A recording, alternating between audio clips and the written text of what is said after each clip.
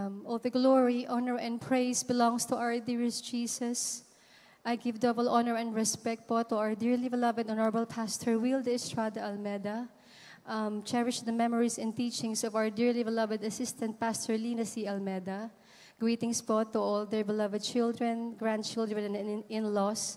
To all of you, beloved brethren, magandang hapon po sa inyong lahat. Hallelujah, praise the Lord. Ako po ay nagpapasalamat sa pinakamamahal na Panginoong Jesus. Hindi man po karapat-dapat ako'y mabigyan ng pagkakataong papurihan siya. Hallelujah, praise the Lord. At i-testify po ang lahat po ng blessings sa tanggap ko. Simula po na maglingkod sa banal na gawain. I would like to thank dearest Jesus po na kami po ay ginabayan ng pinakamamahal na Panginoong Jesus sa aming safe travel from United Kingdom po.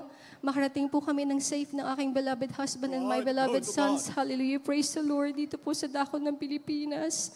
Hallelujah. It's been 5 years po nang ako po ay lumipad papuntang England sa United Kingdom para po maging nurse. Nakakataba po ng puso. Hallelujah. Na muling makasama kayo dito sa banal na gawain. Hallelujah. My heart is fulfilled po na hindi man po karapat-dapat ay masuot ko po ang uniforming ito at dito mag-testify. Hallelujah. Pasalamatan ko po ang mahal na Panginoon. Noong 1990 po, nung ako po ay 8 years old, masave po sa banal na gawain. Hallelujah, praise the Lord. Ngunit ako po ay napawalay sa pinakamamahal na Panginoong Jesus. Gawa ng aking beloved Father ay hindi po save sa banal na gawain. Ngunit po kapag kayo ay pinili, ang mahal na Panginoon ay tatawagin kayong muli. Hallelujah, praise the Lord. 2012 po ng taon na yon, nang magsilang po ako sa isang bata na meron po siyang sakit sa puso at may butas sa may butas po siya sa puso at meron po siyang mas o bukol sa kanyang baga. Hallelujah, praise the Lord. At meron din po akong isang anak na may bronchial asthma. Sa unang dalangin ng ating pinakamamahal na pastor, hallelujah, ang aking mga anak ay pinagaling sa kanilang mga karamdaman. Praise the Lord, glory to God. Hallelujah, praise the Lord. At dahil po sa mga karamdamang ibinigay sa aking mga anak, ang aking beloved husband na noon po ay hindi pa po save sa banal na gawain, ay nasave po sa banal na gawain na ito. Hallelujah, praise the Lord. Thank you, dearest Jesus. Taong 2019 po ng May, nang ako po ay mabigyan ng pagkakataong makarating po sa bansang United Kingdom bilang isang nurse. Thank you, dearest Jesus. I'm not worthy, but yan po ang blessing na binigay ng mahal na Panginoon sa akin. Ako po ay nakapagtrabaho bilang nurse sa dako ng United Kingdom. Mahirap pong mga ibang bansa, pero nandun po ang patnubay at pag-iingat ng pinakamamahal na Panginoong Jesus.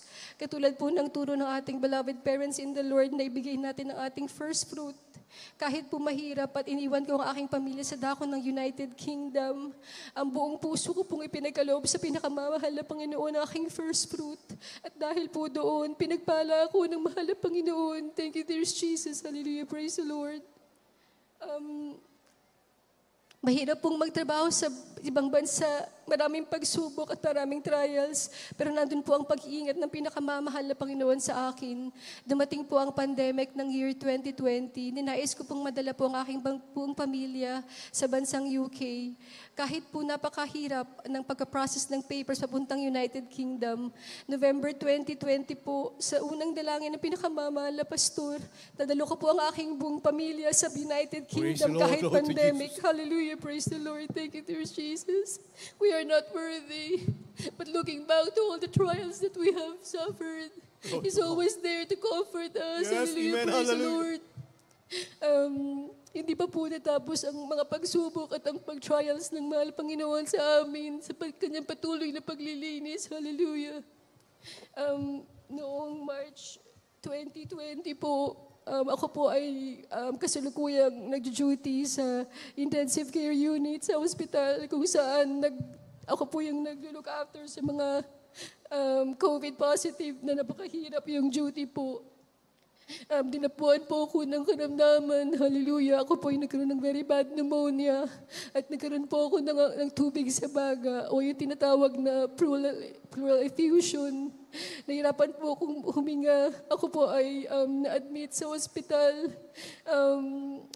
I almost lost my life. Hallelujah, praise the Lord. Dumaan po ako sa maraming test at mga invasive procedures.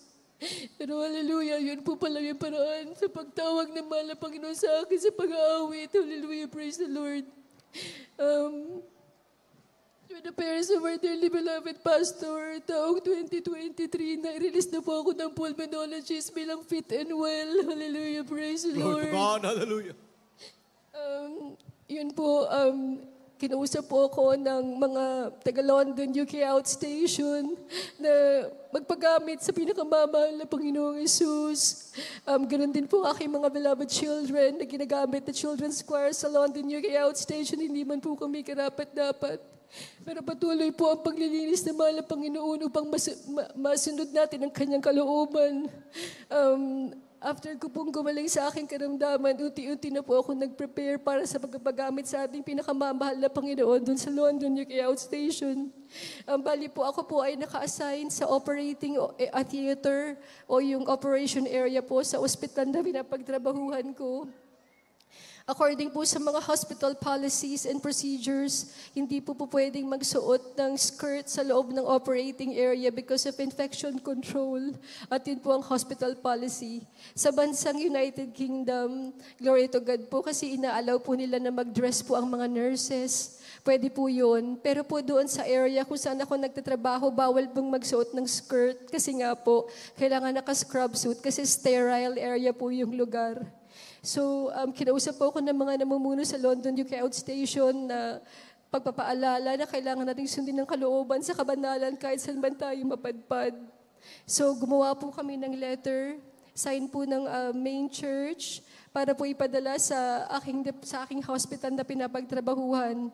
2 letter po yung pinadala po namin. Doon po sa manager ko at doon po sa chief nurse po ng hospital.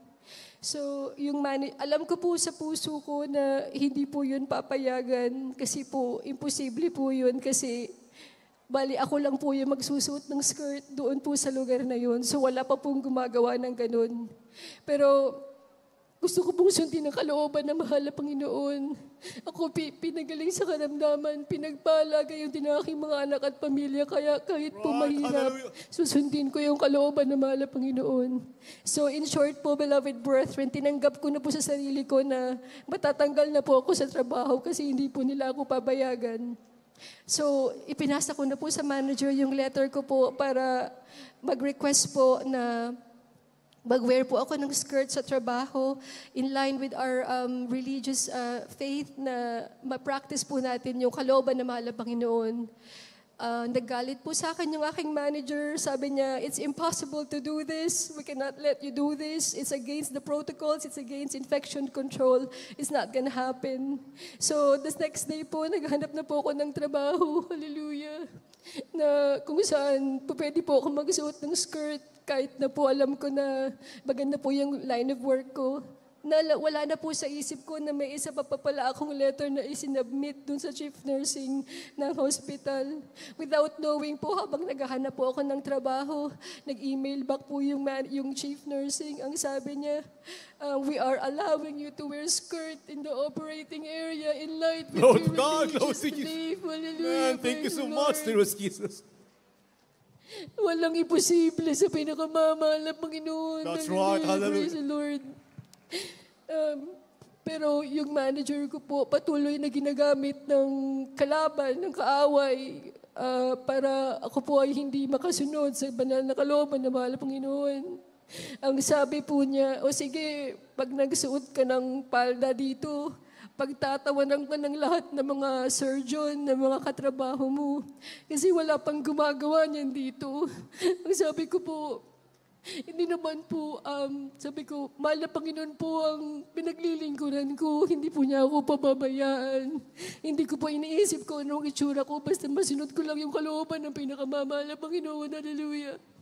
Tapos po, nagpagawa na po ako ng skirt. Basta ang sabi lang po nila, kailangan katulad po ng kulay ng scrub suit na sinusuot yung susuotin ko. Wala po akong pag-alala na pagpasok ko kinabukasan ako ay imak, pagtawanan o batikusin ng aking mga kasama. Kasi ako lang po yung gagawa nun. So the next day po, mga beloved brethren, pagpasok ko po nakataas noo. Alam ko mahal ang Panginoon ang kasama ko sa lahat ng oras. Amen. Grabe po, Hallelujah. hallelujah. Imbes na pambabati ko sa ginawa, ang sabi nila, you look very smart. Oh, You look glory to very God. beautiful. Hallelujah. We would like to do what you're doing. Yes, glory to Hallelujah. God. Praise the Lord. Grabe po, mahal ang Panginoon mag-comfort, mag-protect sa atin. Hallelujah. Pagkatapos po nun, ako po ay isang living legend sa ospital. Ako lang po Oh, nagsusuot glory to God. ng palda doon po sa operating area. Hallelujah, praise the Lord. Hindi ko po makakalimutan ang lahat ng kabutihan ng mahal na Panginoon sa aking pamilya, sa pag-strive po namin sa United Kingdom. Binigyan po kami ng maayos na trabaho. Ang mga anak ko po glory ay to God. binigyan po ng maayos na edukasyon. Nakapag-adapt kami ng maayos sa bansang UK. Malayo po kami sa banal na gawain doon sa London Outstation. We live in countryside. So nagka-travel po kami dati by 2 hours. Miles po, hindi po kilometers. So napakalayo. Pero nakita po na mahal ang Paginoon ang pagpapursige naming makadalo sa banal na gawain kahit gano'n man Lord, kalayo. Hallelujah, praise the Lord. Salamat po sa mahal na Panginoon sa pag-iingat sa akin at sa aking pamilya. Kaya't hanggang dito na lamang po ang lahat po ng kapurihan, pasasalamat, pagdakila ay sa ating pinakamamahal na Panginoong Jesus po lamang. Hallelujah, praise the Lord. Palakpakan po natin muli ang mga